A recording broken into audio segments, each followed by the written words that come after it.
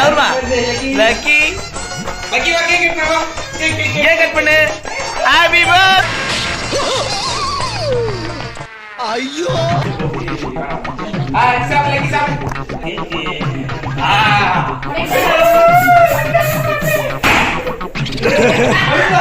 இவனடா அவனே தெரியுதா? இல்ல பயந்துடா. லக்கி கேக் கட் பண்ணு.